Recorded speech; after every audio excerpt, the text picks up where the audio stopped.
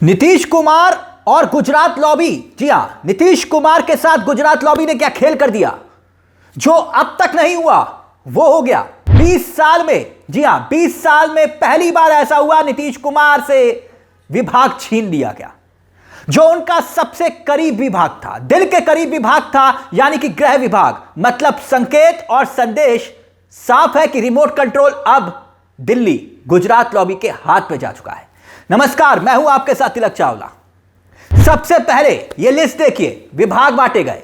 List आपकी screen पर है, देखिए। सबसे पहला नाम गृह विभाग, कुर्सी पर काबिज कौन? सम्राट चौधरी। लगभग, यानी कि यह लगभग तय हो चुका है कि नीतीश कुमार अब महज कठपुतली बनकर रह गए। पूरा कंट्रोल गुजरात लॉबी के पास जा चुका है, रिमोट कंट्रोल। 20 साल में यह पहली बार हुआ है जब नीतीश कुमार ने गृह विभाग अपने पास नहीं रखा। इसके संकेत क्या है? इसके साथ साथ बीजेपी कोटे से मंत्री बने वरिष्ठ नेता रामकृपाल यादव को कृषि विभाग सौंप दिया गया। सरकार के सबसे बड़े मंत्रालयों में से एक माना जाता है। हालांकि जेडीयू ने वित्त विभाग लिया हो, अपने पास रखा हो। विजेंद्र प्रसाद को वित्त मंत्री बनाया गया है। वाणिज्य कर विभाग और ऊर्जा विभाग की जिम्मेदारी सौंपी गई है। लेकिन जेडीयू ने अपने सभी पुराने मंत्रियों का विभाग बरकरार रखा, मगर प्रमोशन सम्राट चौधरी। कोटे के मंत्रियों की संख्या कम होने के कारण सीनियर मंत्रियों को एक जैसा विभाग नीतीश कुमार ने दिया। मगर यह पहली बार है जब नीतीश कुमार के पास सबसे कम विभाग हैं। जानते हैं आप, सबसे कम विभाग नीतीश कुमार के पास हैं इस वक्त। अब याद कीजिए 2024 का लम्हा, जब नीतीश कुमार बीजेपी की तरफ पलटे थे तो शपथ के बाद 5 दिन तक मंत्रिमंडल की बंटवारा नहीं होता। 5 दिन तक। जानते हैं क्यों नहीं हो पाया था? इसकी वजह सिर्फ एक थी, और वो था गृह विभाग। क्योंकि बीजेपी चाह रही थी कि नीतीश कुमार गृह मंत्री, गृह मंत्रालय, गृह विभाग भारतीय जनता पार्टी को दे दे। बदले में चाहे भाजपा के पास रहे स्वास्थ्य और वित्त विभाग ले ले। लेकिन नीतीश कुमार ने तब घुटने नहीं टेके थे। लेकिन अब तो नीतीश कुमार भी प्रधानमंत्री के सामने नतमस्तक हो रहे हैं, पैर छूते हैं। नीतीश कुमार की इस बार नहीं चली। इस बार चुनावी नतीजों ने बहुत कुछ बदल दिया। नीतीश कुमार को मुख्यमंत्री तो कुर्सी मिल गई, कितने दिनों तक सवाल है, मगर गृह विभाग से समझौता गुजरात लॉबी ने नहीं किया। अब याद कीजिए, नीतीश कुमार का कब्जा तब भी रहा था, उन दिनों में भी रहा था इस कुर्सी पर, जब भारतीय जनता पार्टी के साथ गठबंधन सरकार में उनके चहीते डिप्टी सीएम सुशील मोदी हुआ करते थे। तब भी नीतीश कुमार ने गृह विभाग जो है सुशील मोदी को नहीं दिया था, अपने पास ही रखा था। इतना ही नहीं, याद कीजिए जब भारतीय जनता पार्टी से लेकर अलग हुए थे नीतीश कुमार, एनडीए को छोड़ा था नीतीश कुमार ने, जितिन राम मांझी को मुख्यमंत्री बनाया था, तब भी गृह मंत्रालय मुख्यमंत्री के पास ही था। नीतीश कुमार ने तब भी किसी को नहीं सौंपा। ऐसे में गुजरात लॉबी इस बार चाहती थी कि गृह मंत्रालय पर उसका कब्जा हो, ताकि संदेश चला जाए पटना से दिल्ली तक कि सरकार भले ही नीतीश कुमार की है स्टैंप पर, मगर कब्जा अब भारतीय जनता पार्टी गुजरात लॉबी का हो चुका है। सम्राट चौधरी ही क्यों? वो इसलिए क्योंकि भारतीय जनता पार्टी के 2 डिप्टी सीएम हैं। सीनियर सम्राट चौधरी हैं, बीजेपी विधायक दल के नेता हैं, उन्हें चुना गया। विजय कुमार सिन्हा उनसे जूनियर हैं, सरकार में भी और संगठन में भी। और विजय सिन्हा को नीतीश कुमार तो कंट्रोल आराम से कर लेते, मगर सम्राट चौधरी को नहीं कर पाएंगे, क्योंकि सम्राट चौधरी का रिमोट कंट्रोल दिल्ली में है। और वैसे भी भारतीय जनता पार्टी अब बुलडोजर फॉर्मूला बिहार में अपनाएगी, गुब्बारा बनाएगी बुलडोजर जैसे यूपी में। और सम्राट चौधरी उस पॉलिसी में बिल्कुल फिट बैठते हैं। मगर अब याद कीजिए, चुनाव से पहले तो सम्राट चौधरी को कटघरे में ही खड़ा किया गया था। याद कीजिए, जन स्वराज पार्टी के नेता प्रशांत किशोर ने एनडीए के जिन जिन नेताओं पर गंभीर आरोप लगाए थे, उसमें सबसे पहला नाम इन्हीं सम्राट चौधरी का था। नई सरकार के शपथ ग्रहण से पहले भी प्रशांत किशोर ने नीतीश कुमार को एक सलाह दी थी कि दागी नेताओं से दूर रहिए।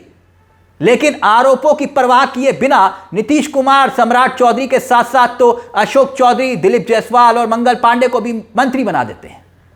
लेकिन बात यहां पर उस कुर्सी की है जिस कुर्सी पर कभी किसी को नीतीश कुमार ने बैठने नहीं दिया अपने सिवा। और आप जानते हैं कि सम्राट चौधरी पर प्रशांत किशोर ने हत्या के मामले में आरोपी होने का जिक्र किया, दस्तावेजों में अलग अलग जन्मतिथि बताने का जिक्र किया, शिल्पी जैन केस में शामिल होने तक का आरोप लगा। वैसे सम्राट चौधरी की काबिलियत आपराधिक रिकॉर्ड के किस्से तक सीमित नहीं है। अब याद कीजिए, एक विवाद और भी उठा था, इसी चुनाव में उठा था कि 2005 में इन्हीं सम्राट चौधरी की कुल संपत्ति महज 10 लाख रुपए थी। कितने? 10 लाख रुपए।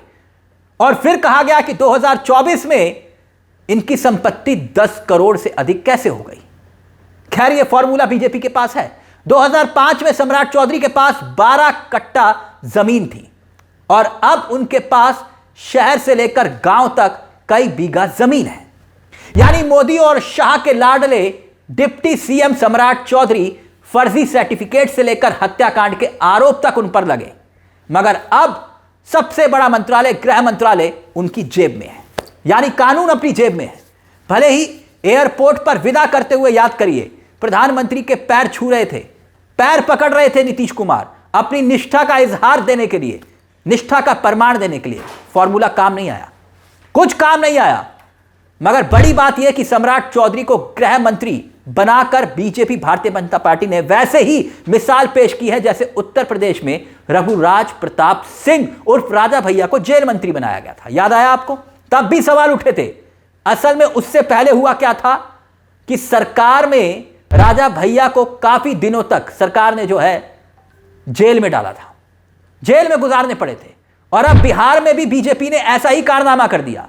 जिन पर सबसे ज्यादा संगीन आरोप लगे उन्हीं को ही गृह विभाग दे दिया गया। इतना ही नहीं, मंत्रालय की लिस्ट पर अगर गौर करें तो नीतीश कुमार के हाथ से लगभग सब कुछ छीना जा चुका है। ऐसे में यह मंत्रालय की कुर्सी नीतीश कुमार से छीन तो ली गई, अब सीएम की कुर्सी कब तक सलामत रहेगी? क्या यह संकेत है गुजरात लॉबी के? यानी आने वाले दिनों में सम्राट चौधरी को क्या सीएम बनाने की तैयारी के तौर पर इसे देखा जा सकता है? क्योंकि अमित शाह तो पहले ही बोल चुके थे कि सम्राट चौधरी को जिताओ, उन्हें बड़ा आदमी बना देंगे। याद कीजिए, चुनावी रैली में अमित शाह ने क्या बयान दिया था। इस बयान को एक बार फिर से सुनिए। और आप भरोसा रखिए, सम्राट जी को प्रचंड बहुमत से जिताइए, मोदी जी सम्राट जी को बड़ा आदमी बनाएंगे, बड़ा आदमी। तो क्या अमित शाह की चाणक्य नीति नीतीश कुमार पर भारी पड़ गई? संकेत दे दिया कि नीतीश कुमार की कुर्सी अब ज्यादा दिनों तक सलामत नहीं रहेगी। रिमोट दिल्ली तक पहुंच चुका है, दिल्ली से अब होगा पूरा कंट्रोल। इस मुद्दे को लेकर आपकी क्या राय है? आपको क्या लगता है कि नीतीश कुमार और गुजरात लॉबी के बीच में जो डील हुई उसमें नीतीश कुमार फंस गए? इस मुद्दे को लेकर अपनी राय हमें कमेंट बॉक्स में जरूर दीजिएगा। मुझे तिलक चावला को दीजिए इजाजत। एक छोटी सी दरख्वास्त, चैनल को सब्सक्राइब जरूर कर लीजिएगा। यह मंच आपका है जहां हम सिर्फ खबर नहीं दिखाते बल्कि खबर के पीछे की खबर भी बताते हैं। नमस्कार, जय हिंद, जय भारत।